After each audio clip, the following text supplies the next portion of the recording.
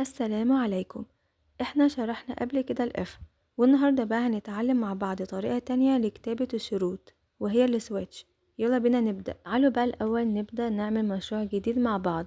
هنضغط على create a new project وبعدين هنختار console application ونعمل next. هنا بقى هنسمي المشروع بتاعنا student grades using switch وبعدين هنضغط next وبعدها finish. بعد كده هنيجي عند sources ونضغط على علامة البلاس اللي جنبها ونضغط على الملف main.cpp عشان نبدأ نكتب الكود بتاعنا. اول حاجة خالص لازم نفهمها ان السويتش فكرتها اننا بنوجه البرنامج ياخد قرار بناء على قيمة معينة. يعني ايه؟ يعني لازم يكون عندي بيانات والبيانات دي بحطها جوه متغير. فمثلا هنعمل متغير اسمه جريد ونحط فيه درجة الطالب كده انا بقول للبرنامج ان درجة الطالب دي بتساوي 90، والسويتش بعد كده هيبدأ يشوف القيمة دي ويقرر يعمل ايه على اساسها. يعني السويتش محتاجة قيمة تشتغل عليها، فلازم نديها قيمة من خلال متغير. والانت دي نوع من انواع البيانات في C++، هي اختصار لكلمة انتجر يعني ارقام صحيحة زي 51. فانا بقى لما بكتب السطر ده انا كده بقول للبرنامج يعملي متغير اسمه جريد والنوع بتاعه انت يعني هيخزن ارقام صحيحة وقيمته حاليا 90. طيب بقى نبدأ نكتب السويتش. اول حاجة بكتب سويتش وبعدين بفتح قوسين وجوه قوسين بحط المتغير اللي انا عايزة اقارن عليه، زي مثلا عندنا هنا الجريد. طيب ايه اللي ينفع يتحط جوه الاقواس دي؟ ينفع نحط متغير او قيمة، بس مهم تعرفوا ان السويتش بتتعامل مع قيمة واحدة بس، يعني مش بنكتب شروط معقدة زي الاف.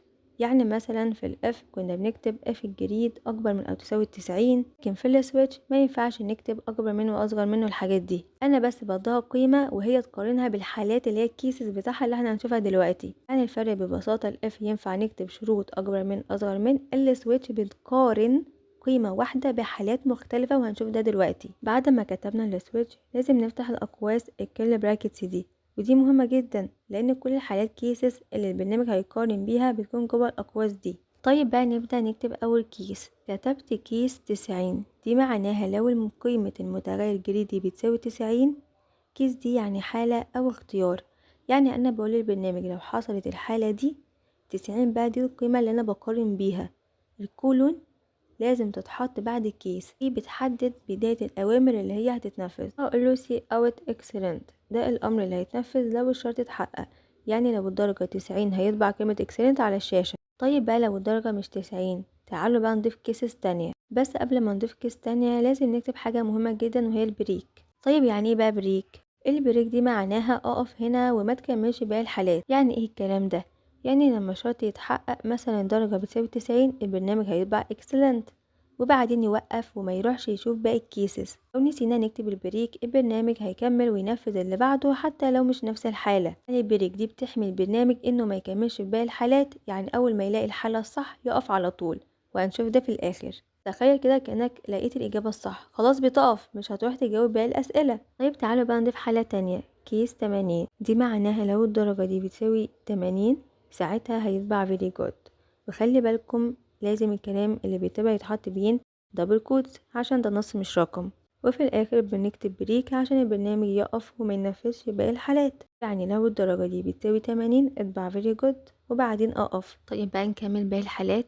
كيس 70، دي معناها لو الدرجة بتساوي 70 ساعتها هيطبع good بعدها البريك عشان يقف وما يروحش لباقي الحالات. ونفس الكلام هنا الكيس 60، يعني لو الدرجة دي بتساوي 60 هيطبع باس وبرضو بنكتب بريك عشان يوقف التنفيذ. كل مرة لازم نحط بريك عشان البرنامج يوقف. طيب بقى لو الدرجة مش 90 ولا 80 ولا 70 ولا 60، هنتعامل بقى مع الحالة دي ازاي؟ هنا بقى بيجي دور الديفولت، دي معناه اي حاجة تانية غير اللي احنا كتبناها قبل كده. سي اوت فيل، يعني لو ولا شرط من اللي فوق اتحقق هيطبع فيل. نقدر نقول ان الديفولت شبه الالس في الاف، يعني لو مفيش ولا شرط اتحقق نفذ ده. طيب ليه مش بنكتب البريك هنا؟ علشان ببساطة خالص الديفولت بتكون اخر حاجة في السويتش، فحتى لو ما حطناش بريك مفيش حاجة بعدها اصلا هينفذها.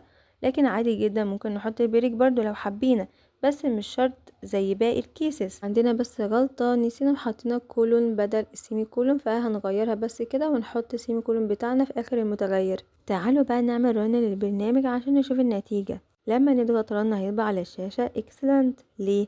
احنا كتبنا سويتش الجريد، قيمة الجريد بتساوي 90، فالمتغير الطابق مع الكيس 90 نفذ البرنامج اللي جوه الكيس دي اللي هي سي اوت excellent وبعدين نوقف عند البريك. تعالوا بقى نجرب حاجة تانية، هنغير قيمة الجريد دي ونخليها 50، وتعالوا كده نضغط رن تاني، هتلاقي النتيجة فل. ليه؟ السويتش بيقارن قيمة الجريد بكل الكيسز اللي عندنا. الحالات اللي احنا كتبناها هي 90 و80 و70 و60، القيمة 50 مش موجودة بين الحالات دي، يبقى البرنامج بيروح للديفولت وينفذ اللي جوه اللي هو سي اوت فل. لو الدرجة مش من الحالات اللي فوق دي هيطبع فل. تعالوا كده نشيل كل البريك من كل الكيسز وبعدين نعمل رن، والجريد على نفسها 50، هتلاقي النتيجة فل، لان هنا الجريد بيساوي 50 ومفيش اي كيس من اللي احنا كتبناه بيساوي 50، يبقى البرنامج هينفذ الديفولت اللي هي اخر حاجة، ولانها اخر حاجة حتى لو مفيش بريك مش هيكمل على اي حاجة بعدها.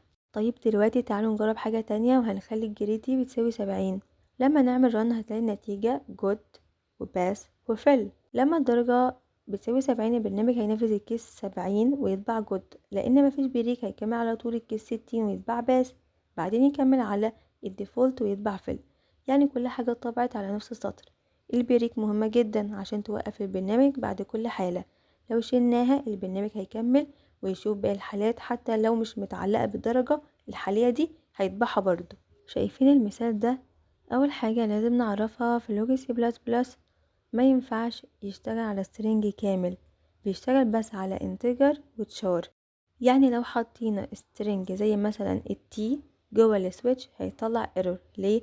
السويتش بيقارن قيمة واحدة بس على طول مع كل الكيس. لوجي سي بلس بلس مش مصممة انها تقارن سترينج كامل داخل السويتش، فالحل هو نختصر القيمة لحرف واحد بس. الحل ان احنا نغير قيمة المتغير وكل الحالات برضو نحولها لحرف واحد، وكده كل الكيس يبقى حرف واحد بين السنجل كوت. لازم نفهم انواع البيانات اللي احنا استخدمناها دلوقتي.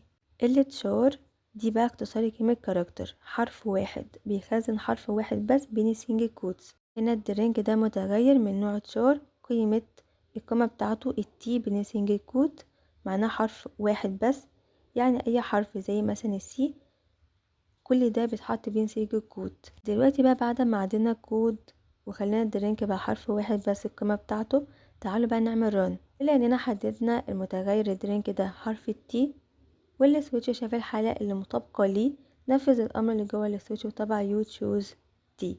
بعد كده البريك وقف البرنامج وما كملش على باقي الحالات. وبكده نكون خلصنا الفيديو.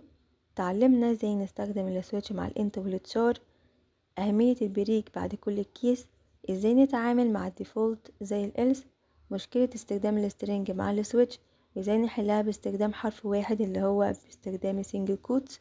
اتمنى تكونوا استفدتم كتير واشوفكم في فيديو ان شاء الله. سلام.